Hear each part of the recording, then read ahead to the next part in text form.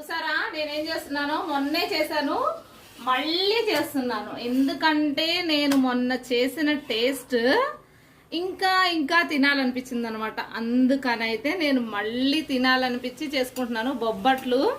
అది కాక వీకెండ్ కదండి, వీకెండ్ అంటే ఏమన్నా స్పెషల్ ఉండాలి. సో నేనైతే ఈ బొబ్బట్లు చేస్తున్నాను, నేతి బొబ్బట్లు.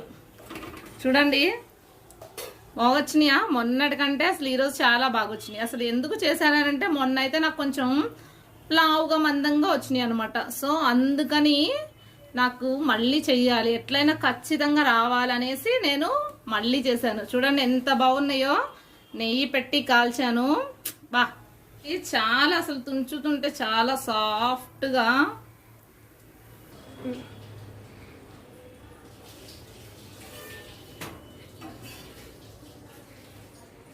సూపర్ ఉన్నాయండి.